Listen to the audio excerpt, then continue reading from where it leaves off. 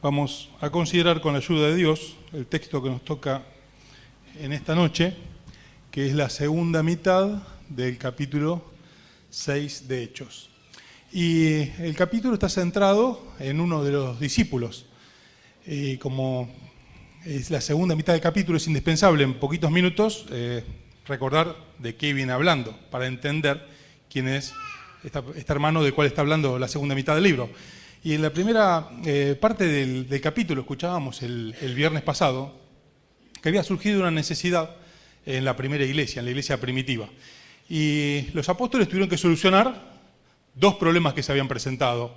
Uno era que se estaba haciendo acepción de personas. Recuerdan ustedes que las viudas de los judíos, pues eran todos judíos. Algunos hablaban el idioma original de la tierra y otros hablaban griego. No eran servidas de la misma manera. Y los apóstoles no es que dicen, no, esto no es así. Realmente vieron que había un problema. Y el otro problema, ¿cuál era? Que esto había generado murmuración. Dicen, aquellos días, como creció el número de los discípulos, hubo murmuración. Y este era el otro problema que se había presentado. Y allí la palabra murmuración, el original no es que hubo un cuestionamiento. Literalmente habla de murmuración, habla de rezongar. Y hermanos, no es la vía para solucionar nada esto. Así que tenían dos problemas ahí. El problema en sí y esto que había generado el problema. Y los apóstoles buscaron la solución a estos problemas, los dos que se habían presentado, pero priorizaron, además de la solución, ¿qué era más importante? Allí Pablo dice a los Corintios, en 1 Corintios capítulo 12, procurad pues los dones mejores. ¿Es que hay dones mejores que otros? No, da una lista antes de decir esto. Y lo que está queriendo decir que si hay superposición de dos de ellos, se dé prioridad al que está arriba en la lista.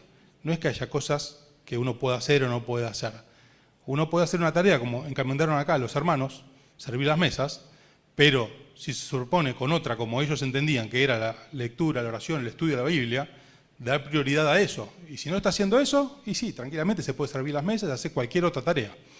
Y ellos priorizaron esto porque la dificultad más grande suele ser distinguir entre lo bueno y lo mejor. Entre lo bueno y lo malo es bastante fácil darse cuenta, pero entre lo bueno y lo mejor hace falta más sabiduría. Y allí los apóstoles le dicen a los hermanos, elijan siete hermanos entre ustedes.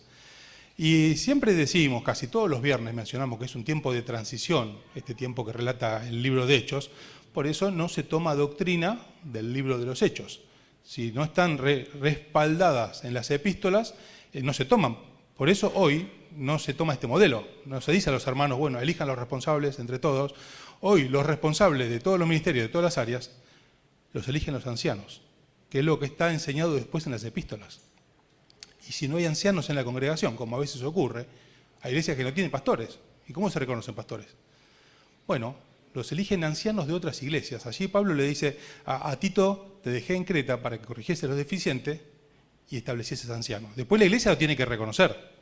Los ministerios se reconocen, pero son propuestos bíblicamente en el Nuevo Testamento, siempre por las autoridades de la iglesia si las hay, o de otras iglesias, si no hay locales. Ahora, entonces, ¿por qué les dice a los hermanos que elijan? Bueno, acá hay dos posibilidades. Una, lo que decíamos recién, o que sea un tiempo de transición, por eso se permite esto, que más adelante no se repitió, o que sea que le hablaba a los responsables de las casas. Ya para este tiempo el relato de Hechos nombra que varias veces hubo bastantes hermanos que se fueron convirtiendo. Nadie puede pensar que todos estos hermanos podían entrar juntos en una casa. En este tiempo se reunían en casas. Entonces cada casa tenía su responsable, que hacían cierta tarea pastoral. Si bien los pastores de la primera iglesia fueron los apóstoles, eran los responsables de la casa. Quizás les hayan dicho a los responsables de la casa. No lo sabemos porque no lo dice el texto. Pero lo cierto, que no se usó después en el resto de la iglesia, porque no le enseña así la Biblia, la elección de esta manera, porque la iglesia no es una democracia. La democracia es una forma de gobierno civil, pero no es bíblica.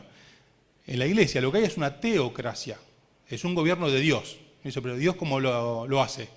Bueno, por medio de los pastores, porque dice la palabra de Dios que Él mismo constituyó. O sea, Dios llama a esa tarea y decide por medio de las autoridades de la iglesia.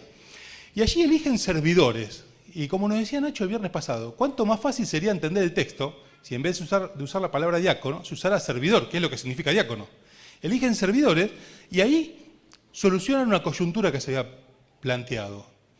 Porque, mis hermanos, los buenos líderes se distinguen por su destreza para confrontar los asuntos difíciles y ser decisivos, no pasivos. Una de las características que tienen los buenos líderes es confrontar los asuntos difíciles cuando hay un problema y ser decisivos. No son pasivos, no son arrastrados por el viento, por las olas y bueno, vamos viendo qué es lo que pasa. Se espera de las autoridades de la iglesia que solucionen problemas. Y aparentemente, después como estos hermanos que habían elegido la tarea que les habían dado, vieron que eran útiles y que eran fundamentales, esenciales para el buen funcionamiento de la iglesia, Pablo habla después en Filipenses, en Timoteo, de diáconos. Porque nuestras Biblias generalmente están tituladas a la elección de los diáconos, pero no lo dice la Biblia, sino que eligieron servidores. Evidentemente, como esta tarea fue útil, después más adelante se nombraron oficiales de la iglesia, que son los diáconos. ¿Qué es un oficial? Es alguien que tiene un oficio, es alguien que hace una tarea. Y es una tarea encomendada por los pastores. No es un subpastor. A veces se piensa que el diácono es un paso anterior al pastor. Primero se entrena un tiempo de diácono y después pasa a pastor. No necesariamente. Puede que sí, puede que no. Y mucho menos son competidores de los pastores.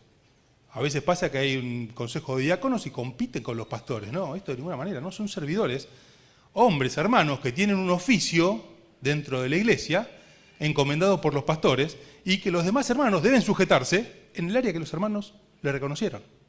Y estos hermanos son los que eligen los apóstoles. ¿Para qué? Y dice el verso 4 que para que persistiremos en la oración y en el ministerio de la palabra. A mí me quedaba lo que preguntaba Nacho el viernes pasado. ¿Y los demás no? No, claro que sí. Los demás también. Tienen que persistir en la palabra, en la oración. Pero ocurre que los apóstoles eran los responsables de la iglesia. Y como eran responsables, tenían que especialmente dedicarse a esto. ¿Por qué? Y porque la palabra es la base indispensable, no solamente para la vida cristiana, sino que la palabra es indispensable para el crecimiento, la dirección, la corrección y el avivamiento de la iglesia local. Entonces, requiere de estudio. Además, la iglesia no puede madurar o ser protegida de los falsos maestros si no se conoce la palabra de Dios. Por eso, si bien todos los hermanos tienen que dedicar tiempo a la lectura y la oración, en este caso los apóstoles y más adelante los pastores, tienen una responsabilidad especial de dedicar más tiempo por estas cosas. Porque una de las tareas de los pastores es sobrever, estar mirando por sobre. ¿Qué cosa? Y el cumplimiento de la palabra de Dios, lo que estudiaron. ¿Por qué? Porque la obediencia a la Escritura no ocurre por sí sola siempre. A veces sí, gracias a Dios. De cuánta bendición son los hermanos piadosos que tienen una conducta intachable. De esto me toca hablar en una reunión de jóvenes el sábado que viene. Se espera de nosotros que seamos intachables, sin defectos no. Pero a veces no se da por sí sola. Entonces hay que estar sobreviviendo. ¿Para qué? Para animar a cumplir lo que dice la palabra de Dios. Para perseverar en la oración, en la meditación. ¿Y qué otra responsabilidad tienen los pastores que tienen que dedicar tiempo? Tienen que tener la visión para la iglesia. ¿Qué es la visión? La visión es la singularidad de propósito. Una de las responsabilidades de los apóstoles en este tiempo y de los pastores después es distinguir de parte de Dios cuál es la visión, cuál es la singularidad de propósito para la iglesia. Porque hay cosas que son comunes para todos. Hay que predicar, sí. Pero hay que ver de parte de Dios a dónde. ¿A dónde nos envía el Señor? Pablo, de hecho, en un tiempo quiso ir a Asia y el Espíritu se lo impidió. Y allí tuvo una visión que lo mandó a Macedonia. Dice, ¿qué habló en Macedonia? Lo mismo que iba a hablar en Asia. Porque lo que iba a hablar era la visión general para la iglesia. Pero lo que tiene que distinguir los ancianos es la visión particular. Vamos, esto es lo que tenemos que hablar, ¿está claro? ¿Dónde? ¿Cuándo? ¿En qué momento? ¿De qué manera? ¿Quiénes? Y eso, mis hermanos, lleva tiempo. Esto lleva meditación. Además, estas son las cosas que muchas veces no se ven. Además de las visitas, predicar, solucionar conflictos, que es la parte visible de los pastores. Todo esto lo mencionamos, como decíamos al principio, para recordar de quién estamos hablando. Porque inmediatamente después de donde dejó Nacho, dos de ellos, Esteban, de quien vamos a hablar en esta noche, y Felipe, tomaron relevancia como notables evangelistas. Y allí sí comienza del verso 8 al 15, que nos toca esta noche, donde dice que, y Esteban, lleno de gracia y de poder, hacía grandes prodigios y señales entre el pueblo. Entonces se levantaron unos de la sinagoga llamada de los libertos, y de los de Cirene, de Alejandría, de Cilicia y de Asia, disputando con Esteban. Pero no podían resistir a la sabiduría y al espíritu con que hablaba. Entonces sobornaron a unos para que dijesen que le habían oído hablar palabras blasfemas contra Moisés y contra Dios. Y soliviantaron al pueblo, a los ancianos y a los escribas, y arremetiendo le arrebataron y le trajeron al concilio, a un tribunal religioso judío, y pusieron testigos falsos que decían: este hombre, Esteban, no cesa de hablar palabras blasfemas contra este lugar santo y contra la ley. Pues le hemos oído decir que este Jesús de Nazaret destruirá este lugar y cambiará las costumbres que nos dio Moisés. Entonces, todos los que estaban sentados en el concilio, al fijar los ojos en él, vieron su rostro como el rostro de un ángel. Decíamos recién, acá el relato se centra en uno de los 7, que es como lo llama la Biblia, no diáconos, decíamos, se lo llamó después. Y Esteban es el primero en el libro de los Hechos que hace milagros, además de los apóstoles. Es el primero que relata la Biblia que hace milagros. Dice, estaba lleno de gracia y de poder y hacía prodigios y señales entre el pueblo. Y uno dice, pero ¿no estaba sobrecalificado para la tarea que le habían encargado? Porque recordemos, lo que le habían encargado era servir las mesas. No, hermano, no está sobrecalificado. No hay tareas menores en la casa de Dios. Y en el cuerpo todos somos necesarios. Y todas las tareas son necesarias. Y todas tenemos que tener un mismo objetivo. Por eso cuando eligieron los hermanos para servir la mesa, dijeron, hombres llenos del Espíritu Santo, de sabiduría y de buen testimonio. Es decir, pues, paga demasiado para llevar un plato. No hay tareas menores en la casa de Dios. Y todos los miembros son necesarios para algún funcionamiento del cuerpo. Yo, por la gracia de Dios, cada tanto tomo algún campamento. Si el Señor lo permite, en Semana Santa con Marcela vamos a estar en uno. Si nos acompañan orando, los vamos a agradecer muchísimo. Y cuando termina el campamento suele pasar que se hace como un reconocimiento, una gratitud al orador. Dice, el esfuerzo del hermano. Y yo siempre digo lo mismo. Mira, el esfuerzo del hermano, a uno como está charlando generalmente con alguien, le traen la comida a la mesa, no tiene que ir a hacer la cola como todo el mundo. Lo tratan de una manera como un invitado. Y siempre le refiero a lo mismo. El esfuerzo de acá lo hacen otros hermanos, los que organizaron, los de la cocina. Y siempre recuerdo un campamento que tuvimos con la iglesia, allí en la estancia del Pino, en González Catán, donde el predio lo daban junto con la comida. No se podía elegir ni podíamos cocinar nosotros. Dijeron, va con la comida. ¿Cuál fue el problema? Que era poca y mala. Yo no me acuerdo quién predicó, mucho menos me acuerdo de qué predicaron, cuál fue el tema del campamento. Lo que me acuerdo es que la pasamos mal y estábamos todos enojados y nerviosos. Arruinó el campamento. Arruinó el campamento. No hay tareas menores. Y yo siempre hago el reconocimiento a los hermanos que de las 6 de la mañana están pelando papas y todos transpirados. Yo estuve en Tucumán ahora en enero. Hacía un calor. Enero en Tucumán. Bueno, con un techo de chapa las hermanas cocinando. Para 60 personas. Terrible el esfuerzo. No hay tareas menores.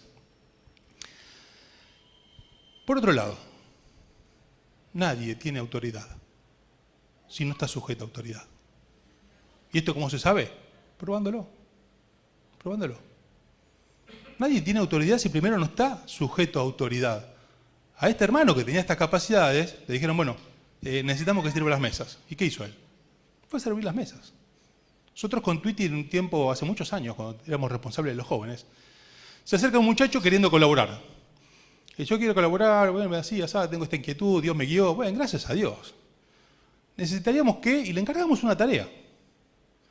No, yo vengo a enseñar la palabra de Dios, dijo. Bueno, gracias a Dios, quisiéramos que todos profetizan, pero no es el camino. Nadie tiene autoridad, si no está sujeto a autoridad. Y por otro lado, los pastores también hacen esta tarea. No la van a hacer en el momento que tienen que predicar, pero muchos de ustedes no lo ven. Yo sí he visto a mis copastores juntando escombros, llenando un bolquete en el centro deportivo y haciendo un montón de tareas que nadie sabe, cuando no tienen que hacer otra cosa específica de la tarea pastoral que tienen que desarrollar. Por eso Esteban hacía estas cosas. No se sabe, porque el texto no lo dice, si este fue el resultado de su fidelidad en la tarea como diácono sirviendo las mesas, o si fueron ministerios paralelos. O sea, no se sabe si sirvió las mesas, después su ministerio se transformó en esto que leímos recién, o hizo las dos cosas juntas. Lo que sí seguro, no dice el texto de ninguna manera, que Esteban en ningún momento dijo, yo no sirvo las mesas porque estoy para hacer milagros. Como dijo este muchacho, no, yo no quiero hacer esto, pues vengo a enseñar la palabra de Dios. Jamás se le ocurrió esto. ¿Por qué? Porque el hombre de Dios, mis hermanos, está dispuesto para lo que se necesite. Tiene que estar dispuesto para lo que se necesite. Y Esteban no está sobrecalificado. Está haciendo la tarea que le encomendaron. Y del verso 9 en adelante, se ve, cuando arranca diciendo, entonces se levantaron unos de la sinagoga, y sigue allí el relato contando de cómo lo acusaron. Se ve que cuando no pudieron refutarlo con la palabra de Dios, con la Biblia, cuando no pudieron objetar su testimonio, cuando no pudieron objetar la obra que él hacía, cuando no tuvieron argumentos espirituales para refutarlo, decidieron juzgarlo, decidieron acusarlo como delincuente. Decidieron acusarlo como delincuente. Y yo al leer esto pensaba que todo parecido con la actualidad no es pura coincidencia. ¿Por qué? Porque es notable cómo actúa la mente carnal. Es increíble que intenta sostener un sistema religioso usando medios viles. Pero ¿cómo estás pretendiendo hacer algo para Dios como hacían estos de la sinagoga, usando medios viles? Porque ¿quiénes eran los que lo acusaban? Bueno, dice acá los libertos. Estos eran aparentemente liberados del Imperio Romano, ellos o hijos de liberados del Imperio Romano, de distintas ciudades. Es notable que no lo acusó un régimen brutal como era el Imperio Romano, un régimen totalmente despiadado e idólatra. Lo acusaban los de la sinagoga. Porque mis hermanos, los profetas no los mataban en Nínive, donde fue enviado Jonás, donde cuentan que cada ciudad que conquistaban dejaban una pirámide de calaveras de gente que habían decapitado. No mataban allí a los profetas. No lo mataban en Creta, donde ellos mismos decían malas bestias, glotones. No lo mataban en Corinto, donde se usaba el verbo corintiar como un sinónimo de fornicación, porque era tal la depravación sexual que había en aquellos lugares que se usaba como un sinónimo. No lo mataban en estos lugares. El Señor dijo, Jerusalén, Jerusalén, que matas a los profetas y apedreas a los que te son enviados. Y aquí no lo persiguió el Imperio Romano. Lo persiguieron hombres que estaban diciendo hacer una tarea para Dios. Por eso Pedro vimos en el capítulo 2 como cuando predica qué es lo que tenían que hacer. Arrepiéntanse, decíamos que eso significa la palabra metamorfosis. Tengan un cambio y sean salvos de esta perversa generación. ¿A quién se lo decía? A los que estaban en Jerusalén, en medio del pueblo de Dios, en medio de la ciudad de Dios. Y hoy, mis hermanos, pasa algo muy parecido. La amenaza más grande para la iglesia hoy es un cristianismo sin Cristo. Es un cristianismo sin la palabra de Dios. La amenaza más grande para la iglesia no son los movimientos LGBT, no es la educación sexual integral y tantas cosas que nos preocupan tanto y que nosotros no aprobamos.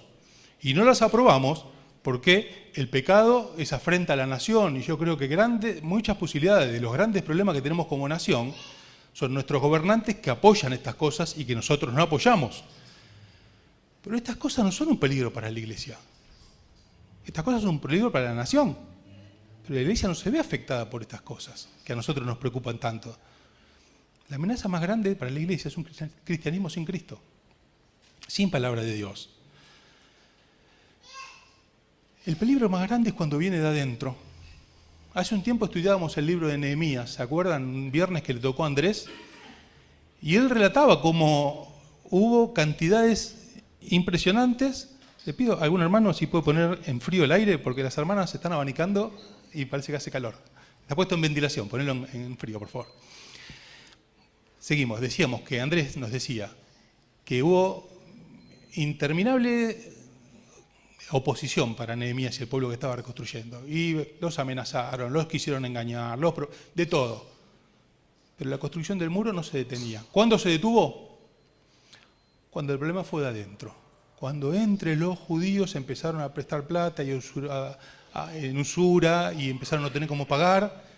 Y allí es la primera vez que el libro de Nehemías dice que la construcción del muro se detuvo. Porque el problema grande para la iglesia es cuando el problema viene de adentro. Y las falsificaciones son peligrosas cuando se distinguen por detalles. Si una falsificación tiene diferencias burdas, no engaña a nadie. Uno dice, me di cuenta que este billete es falso. ¿Por qué? Y porque por ahí el ojo del prócer no está muy bien hecho. Nadie dice, me di cuenta porque en vez de tener un prócer tiene el 4 de Flandria. No engaña a nadie eso. Las falsificaciones son buenas cuando son parecidas. Se diferencian por detalles, no por cosas burdas. ¿Y cuáles son los detalles? Se podría decir entre comillas, porque no son detalles. Están falsificando la palabra de Dios. Y esto es muy grave. Pero si nosotros no conocemos la palabra de Dios, podemos no darnos cuenta. Bueno, estos detalles son muchos predicadores, muchas iglesias que proclaman, que predican la comunión sin santidad. Que predican un propósito. Si yo quiero servir a Dios, yo quiero seguir a Dios, pero sin renuncia, sin disciplina. Se proclama una crianza sin corrección. No, es una etapa, déjalo. Vos no sabés cómo era yo a su edad. Ya se le va a pasar. No es lo que dice la palabra de Dios. Esto trae problemas enormes. Se predica un testimonio sin evidencias. ¿Evidencias qué? Evidencias en la ropa, en el vocabulario, en objetivos espirituales. Sin evidencias de vidas transformadas que reflejen a Cristo. No es un testimonio solamente de si yo soy del Señor. Tiene que estar estas evidencias. Porque, mis hermanos, el éxito más grande del diablo y de los falsos maestros es cuando logra redefinir las palabras bíblicas en una forma contraria a lo que tiene, al que es el significado original. Vamos, porque no es tan fácil. El éxito más grande del diablo y de los falsos maestros es cuando logra redefinir las palabras bíblicas, le da otro significado contrario al significado original. Toma algo y le da otro significado. Si predican otra cosa, nadie les va a escuchar. Sino que cambian lo que Dios quiere decir por otra cosa, contraria a lo que Dios quiere enseñar. Y el verso 10, que dice, pero no podían resistir la sabiduría del Espíritu que hablaba. ¿Por qué?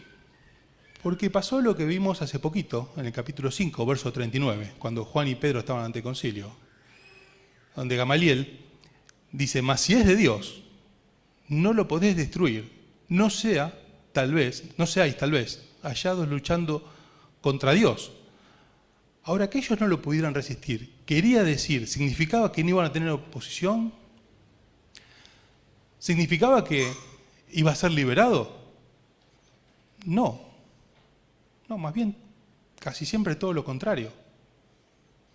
De hecho, el Señor mismo, cuando habla a los apóstoles, a los discípulos, no a los apóstoles, en el Sermón del Monte, vamos a leerlo, 11 y 12. Dice, bienaventurados sois cuando por mi causa os vituperen y os persigan y digan toda clase de mal contra vosotros, mintiendo. gozaos y alegraos, pues, porque vuestro galardón es grande en los cielos, porque así persiguieron a los profetas que fueron antes de ustedes. Entonces, que ellos no pudieran resistir la sabiduría, ¿significaba que no le iba a pasar nada? No, más bien todo lo contrario, es una posibilidad, casi una certeza, que vamos a sufrir por honrar a Dios, por intentar honrar a causa de su palabra. Esto significa que iba a tener respaldo, que iba a tener evidencias espirituales, que son las que nos sostienen. Son las que nos sostienen cuando ocurren estas cosas. El respaldo de Dios. Y los versos 11 al 14 dice que entonces sobornaron a unos para que dijesen que le habían oído hablar palabras blasfemas contra Moisés y contra Dios. Y soliviantaron al pueblo, a los ancianos y a los escribas, y arremetiendo le arrebataron, le trajeron al concilio y pusieron testigos falsos que decían: este hombre no cesa de hablar palabras blasfemas contra este lugar santo y contra la ley. Pues le hemos oído decir que este Jesús de Nazaret destruirá este lugar y cambiará las costumbres que nos dio Moisés. Y nosotros con total referencia podemos agregar: y Dios lo permitió. Sí, pero ¿cómo? ¿Cómo un hombre de Dios con estas características, haciendo la tarea que estaba haciendo, de repente vienen estos y soliviantan al pueblo, sobornan, les hacen decir mentiras, los llevan ante el concilio? Y Dios lo permitió. Y no es nuestro tema, porque esto está en el capítulo 7. Después lo mataron. Y Dios lo permitió. Porque no significa que no vamos a tener problemas. Significa que vamos a tener un testimonio, vamos a tener un respaldo de parte de Dios que nos va a sostener en estos momentos. Y es notable cómo estos judíos tuercen cosas que son verdad, dándoles un significado malo cuando no lo tienen. Porque ¿qué es lo que dicen? Dijo que este Jesús va a destruir el templo. Pueden hacer excepción a dos veces. Una vez el Señor habla de su cuerpo, que iban a destruir este templo y en 3 días iba a ser reedificado. Y otras veces habló del juicio, cuando dijo no va a quedar piedra sobre piedra. De ninguna manera dijo que él era un terrorista que iba a destruir el templo. O sea, tomaron algo que era bueno y lo transformaron en algo malo. Y otra cosa dijo que iba a cambiar las costumbres. Cuando el Señor dijo: yo no vengo a abrogar la ley, vengo a cumplirla. Es más, subió el estándar. Lo que sí dijo, lo que después se desarrolla en el libro de Hebreos que vimos hace poco, que todas las cosas antiguas eran figuras de lo que iba a venir. Pero el Señor dijo: la ley dice no vas a adulterar. Bueno, yo digo que el que mira, adulteró. Subió el estándar. No es que dijo no sirve lo anterior. De hecho dijo todo lo contrario, vengo a confirmar la ley. Sino a imponer una norma menor. Y hermano, hoy quizá toque atravesar situaciones en las cuales se nos acusen de cosas que no son malas, dándole un sentido malo. Yo hace pocos días hablaba con un hermano que muy angustiado me mandaba audios de otra iglesia, ¿no? Le mandaba a la familia diciendo: pero si no vas un domingo a la iglesia, ¿qué? Te toman lista, vos no sé qué pasa, porque no sé qué querían hacer. Y le decía: no, mira, tengo la reunión. Y constantemente lo hostigan con el tema de ir a las reuniones y como que deja de lado la familia. Hay un montón de momentos para ocuparse de la familia que no es justo el momento de la reunión. Momentos para juntarse, para festejar, para celebrar, para acompañar, para visitar en el hospital, que no tiene que ser el momento de la reunión. Salvo que sea indispensable. Bueno, hay urgencia, se fracturó, hay que llevarlo al hospital en el momento de la reunión, hay que ir. Pero los hermanos en la sangre de este hermano en Cristo nuestro, todo el tiempo le recriminaban esto, como que desatiende a la familia porque va a la iglesia, cuando yo soy testigo, puedo dar fe, que él se preocupa y hasta pone plata para ayudar a la familia. Son cosas que son buenas, dándole un sentido malo. Y a veces esto puede llevarnos a perder un trabajo. Y muchos de nosotros hemos perdido trabajo por no hacer lo que en el trabajo nos pedían, cuando nos pedían mentir o hacer cosas que no eran correctas. Si tuvimos que decir que no, uno puede decir: bueno, entonces Dios me va a guardar. No, lo más probable es que nos echen. Y tenemos que estar dispuestos.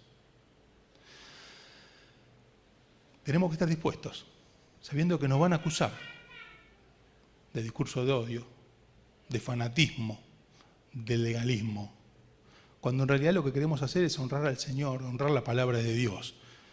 Y tenemos que estar dispuestos, porque el apóstol Pedro dice que mejor es que padezcáis haciendo el bien, si la voluntad de Dios así lo quiere, que haciendo el mal. Y vemos en el verso 15 lo que sí nos tiene que preocupar. Después de todas estas cosas, dice el verso 15, entonces todos los que estaban sentados en el concilio, al fijar los ojos en él, vieron su rostro como el rostro de un ángel. Hermanos, lo que nos tiene que preocupar no es lo que nos pasa, como le estaba pasando a Esteban, sino nos tiene que preocupar esto que nos pasa, ¿qué es lo que produce en nosotros? ¿Qué es lo que produce en nosotros? Esteban está pasando una situación muy difícil, vuelvo a decir. En el capítulo siguiente relata cómo lo mataron. Pero no estaba preocupado por lo que le pasaba. Tenemos que estar preocupados por cómo Esteban, el resultado que produce en nosotros, sea el que produjo en este hombre de Dios. Nuestra preocupación ante las dificultades, mis hermanos, tiene que ser salir aprobados. Si somos liberados, mejor. Oramos para eso. Oramos para ser liberados. Oramos para no tener problemas. Pero la preocupación tiene que ser salir aprobados. No deshonrar a Dios con dudas, con nuestra conducta. No tenemos que negarlo con los hechos. Muchos de nosotros, la mayoría creo yo, no se anima a negarlo con la palabra. Decir, no, Dios no existe, no creo nada. Ninguno de nosotros en su sano juicio diría algo así. Pero ¿cuántas veces podemos negarlo con los hechos? Y hermanos, saber que si pasa, abogado tenemos para con el Padre Jesucristo, ¿no? Pedro lo hizo y Dios lo restauró. ¿Qué es restaurar? Poner en el mismo lugar. Pero para esto hace falta arrepentimiento. Es decir, me equivoqué, vamos para otro lado. Y Dios restaura. Hermanos, para terminar, porque ya se acabó el tiempo, yo pensaba cuando leía estas cosas que a veces la iglesia está preocupada por no padecer, está preocupada por no tener problemas. Muchas veces la iglesia está preocupada por no complicarse. Hay hermanos que levantaron actividad del centro deportivo para no tener complicaciones. A veces la iglesia está preocupada por ser socialmente aceptada, por caerle bien a los que no conocen a Dios. Y no vamos a ser maleducados, ni mucho menos. Pero estas preocupaciones llevan a la iglesia a comunicarse con el mundo contemporáneo, a comunicarse con los de afuera, con la necesidad de hablar un idioma, tener un mensaje moderno, que no nos traiga problemas y que sea socialmente aceptado. Si nuestra preocupación es no padecer, no complicarlo, ser socialmente aceptados, nos va a llevar a tener un mensaje. Nos vamos a comunicar con el mundo de una manera, con un idioma, un mensaje que sea moderno, que no nos traiga problemas y que sea socialmente aceptado. Mis hermanos, el idioma de la iglesia tiene que ser el idioma del Nuevo Testamento. El idioma de la iglesia no puede ser este mensaje acomodado para no tener problemas. Tiene que ser el mensaje del Nuevo Testamento, con el mismo mensaje y con la misma clase de hombres y mujeres, con las características que tenía Esteban. Alguien que está para lo que se necesite. Alguien que tiene sabiduría y habla por el Espíritu Santo. Alguien que soporta las aflicciones, las acusaciones, los juicios injustos. Porque si padecemos por nuestro pecado, ¿qué mérito hay en eso? Que soporta estas cosas injustamente. Y en medio de todas estas situaciones manifiesta la presencia de Dios en toda ocasión que Dios permita que pasemos por estas cosas. Porque mi hermano, como decía un hermano muy querido y muy recordado, que tanto nos enseñó, lo malo del mal no es cuando nos golpea, sino cuando nos contagia. Lo malo del mal no es cuando nos golpea, sino cuando nos contagia. Por eso que Dios nos bendiga para que entre nosotros podamos tener el mensaje y las características de este hombre, como tantos hombres de Dios a lo largo de la Biblia y de la historia de la iglesia, que fueron de enorme bendición. Algunos en un tiempo muy corto como Esteban, fue cortado a la mitad de sus días. Fue matado en el capítulo 7. Que Dios nos bendiga para hacer esta clase de hombres. Que haya entre nosotros muchas, como Esteban. Por eso, mis hermanos, aprovechemos el tiempo. Porque el problema es que no sabemos cuánto tiempo nos queda. Dijo Spurgeon que somos inmortales hasta que hayamos terminado el trabajo que Dios tiene para nosotros. El tema es que no sabemos cuál es, ni cuándo será. Por eso Dios nos bendiga para tener muchas hombres y mujeres, como Esteban y como tantos otros, que dejaron su marca y fueron de bendición para la iglesia y para los que no conocen a Cristo.